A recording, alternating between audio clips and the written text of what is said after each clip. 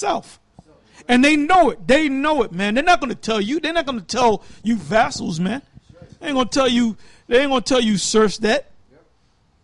There's certain overlords they ain't going to tell. They ain't going to tell you people, man.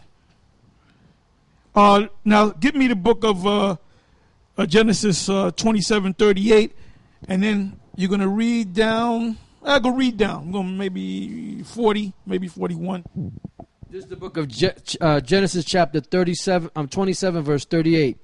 And Esau said unto his father, hast thou but one blessing, my father? Bless me, even me also, O my father. And Esau lifted up his voice and wept. And Isaac his father answered and said unto him, behold, thy dwelling shall be the fatness of the earth and of the dew of heaven from above. Because this is after Jacob came and supplanted Esau for his birthright, with the help of his mother Rebekah. And what Isaac said to him was that part of his blessing is going to be that his dwelling is going to be the fatness of the earth. And when you look around, the so-called white man owns the whole entire planet Earth, beginning with the Rothschilds and the Rockefellers and the DuPonts and the international banking families. When you look at all these different lands, they own that. It says, and of the dew of heaven from above. They own everything, pretty much. And by thy sword shalt thou live, and shalt serve thy brother. And that's what happened. By the sword is how they live. That's why they send mercenaries all across the earth, to take the resources from these other nations. Now, you said by the sword they shall live, right? Now, this goes hand in hand with that scripture, Exodus 15:9. The enemy, who's the enemy?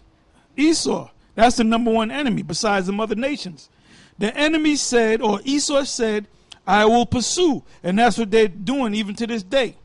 I will overtake. And that's what they're doing unto this very day. I will divide the spoil. And that's what they're doing this very day. My lust shall be satisfied upon them. I will draw my sword. My hand shall destroy them. That's right. And this is Revelation 6:3. And when he had opened the second seal, I heard the second beast say, come and see. And there went out another horse that was red. And now this represents Esau. And power was given to him that sat thereon to take peace from the earth. And who took peace from the earth? The so-called white men when they came into power. It says, and that they should kill one another, and there was given unto him a great sword. And that was that blessing going all the way back that Isaac, which is Yahweh Shai, gave to Esau, the so-called white man. And who has a greater power of the sword than the so-called white man? There's no other nation on the planet Earth that comes close to the technology that these devils have. That's why they can kill you, blow you jakes away every day, and the Bloods and the Crips and the Blackstone Rangers and the new Black Panther Party and the old Black Panther Party and the Muslims. None of y'all could do nothing because y'all all recognize one thing. You're smart enough to recognize one thing. Esau is in the power seat. That's right. And Esau will put you down, man. Esau is itching for you to do something stupid, man. That's right. He's itching for the Bloods and the Crips to jump up and do something. He will make you disappear, man. That's right. He's in the power seat. The only way you're going to get this devil is when the Most High puts us in the power seat. And the one thing you niggas are smart enough, you niggas are smart enough to realize who's in the power seat, okay? That's right.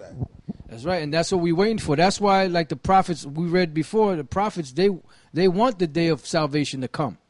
Because they know that once the day of salvation comes, the so-called white men in all nations will be put down, up under our feet.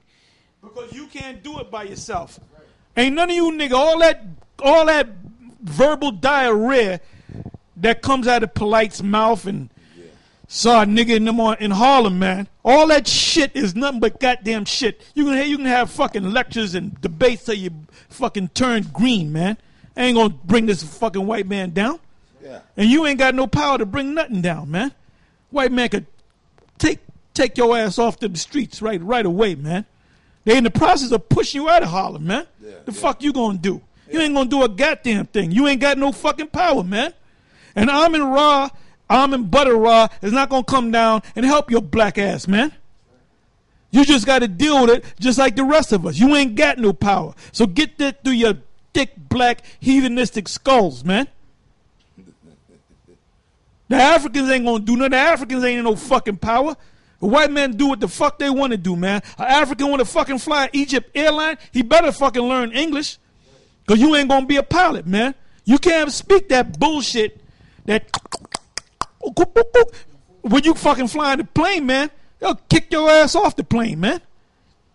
You ain't coming up in there with a fucking loincloth and a spear in your goddamn hand. You better put that fucking airline pilot suit on, man, and speak, right, bells winky, and speak that goddamn English, because the international language of aeronautics is English, nigga, not in fee-fee.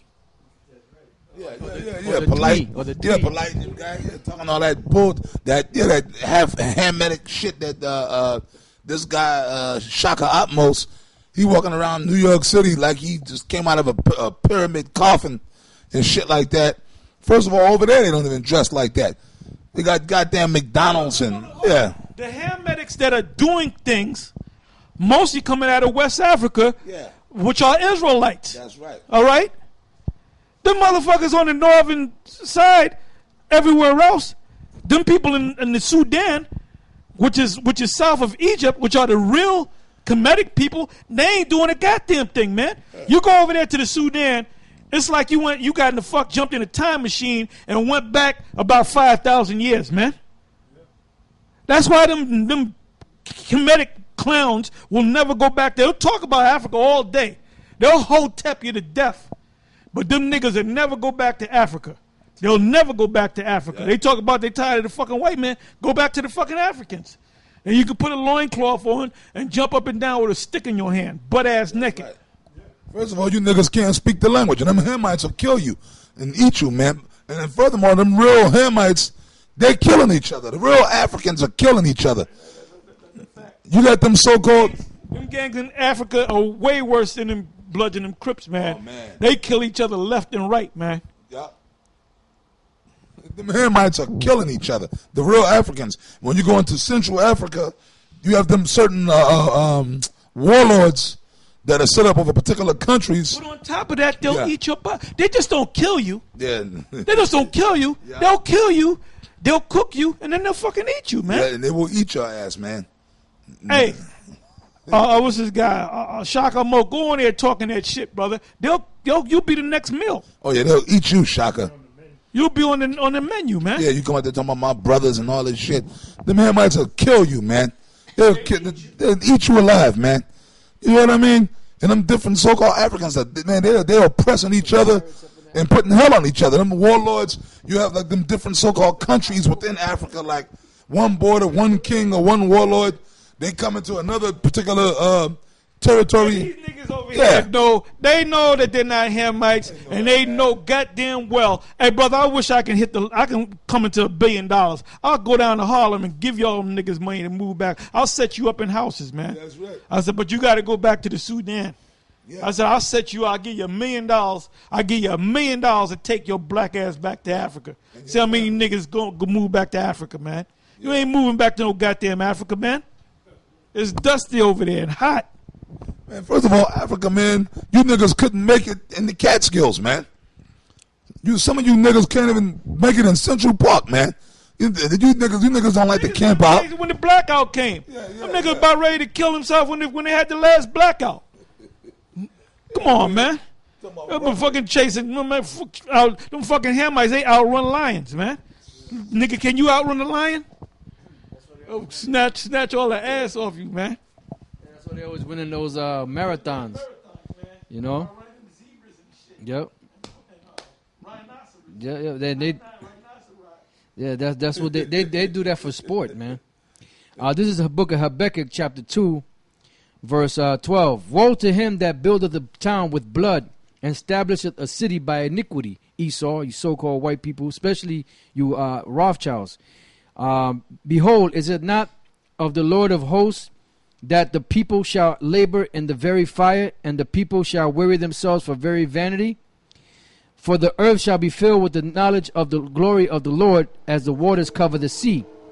Woe unto him that giveth his neighbor drink, and putteth thy bottle to him, and maketh him drunken also, that thou mayest look on their nakedness. And that's what you so-called white people have done to the Israelites. It says, thou art filled with shame for glory. Everybody's starting to see your wickedness. Drink thou also, and let thy foreskin be uncovered. The cup of the Lord's right hand shall be turned unto thee, and shameful spewing shall be on thy glory. And that's what's happening right now. Shameful spewing is being